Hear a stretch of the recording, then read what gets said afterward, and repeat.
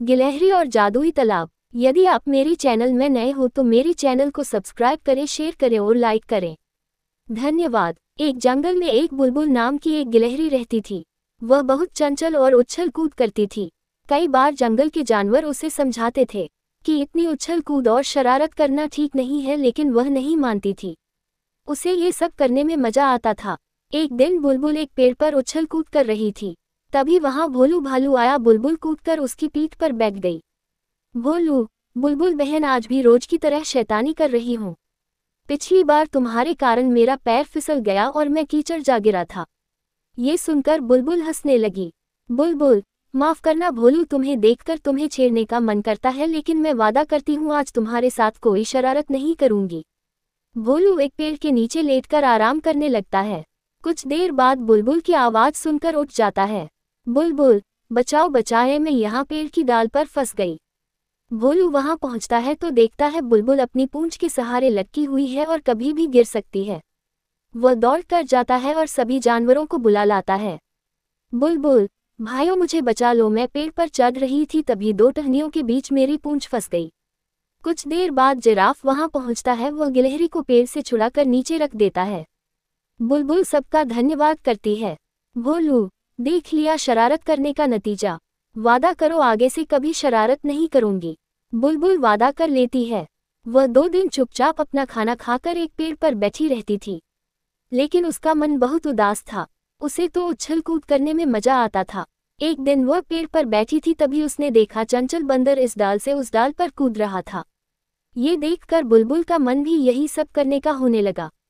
अगले दिन उसने फैसला किया कि वह जंगल से दूर दूसरे जंगल में जाकर खेला करेगी, जिससे गांव वालों को उसकी शरारत के बारे में पता नहीं लगेगा। सुबह होते ही वह सबसे बचती बचाती दूसरे जंगल में पहुंच गई। वहां पहुंचते ही उसे एक बड़ा सा तालाब दिखाई दिया। उसने सोचा क्यों न पहले नहा लिया जाए। वह जैसे ही तालाब के पास पहुंची, एक चिड़िया ने उसे आवाज लगाई। चिड़िया बहन, क्या तुम इस जंगल में नई आए हो? इस तालाब से दूर रहना, इसमें कोई भी नहाने जाता है उसके शरीर का एक हिस्सा गायब हो जाता है। बुलबुल, वाह, ऐसा कैसे हो सकता है? तुम झूठ मूठ में मुझे डरा रही हो। चिड़िया, तुम्हारी मर्जी, मैं तो तुम्हें सावधान कर रही थी। जाओ नहा कर देख लो, पता लग जाएगा। बुलबुल नहीं मानी। उसने तालाब में डुबकी लगा ली। उसे बहुत मजा आया। वह बहुत देर तक तालाब में नहाती रही। जब वह तालाब से बाहर निकली तो चिड़िया उसे देखकर हंसने लगी। बुलबुल, तू क्यों हंस रही है? चिड़िया, तुम्हारी पूंछ कहाँ है? बुलबुल ने पलटकर देखा तो उसकी पूंछ नहीं थी। बिना पूंछ के वह बहुत बुरी लग रही थी। बुलबुल रोने लगी। वह तालाब के पास जाकर उससे अपनी पूंछ वापस मांगने लगी। सुबह से शाम होने लगी, लेकिन तालाब से पूंछ वापस नहीं मिली।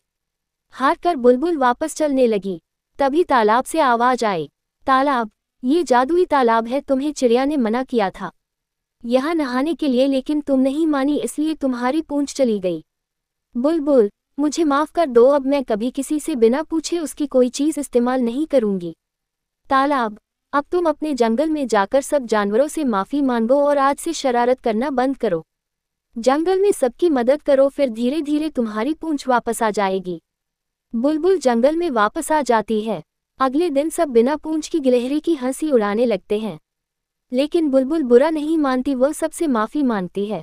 फिर वह सबकी मदद करने का वादा करती है। वह बरसात में चिड़िया के बच्चों के लिए दाना लाकर देती है। पेड़ से फल तोड़कर नीचे गिराती है, जिससे भोलू भालू उन्हें उठाकर खा सके। इसी तरह वह सब जानवरों की मदद करने लगती है, जिससे सब उसे दुआएं देते हैं। उनकी दुआओं से उसकी पूंछ धीरे धीरे वापस आ जाती है। ये देखकर गिलहरी बहुत खुश होती है। शिक्षा, बिना आज्ञा किसी भी चीज को इस्तेमाल नहीं करना चाहिए। पूरी कहानी सुनने के लिए धन्यवाद।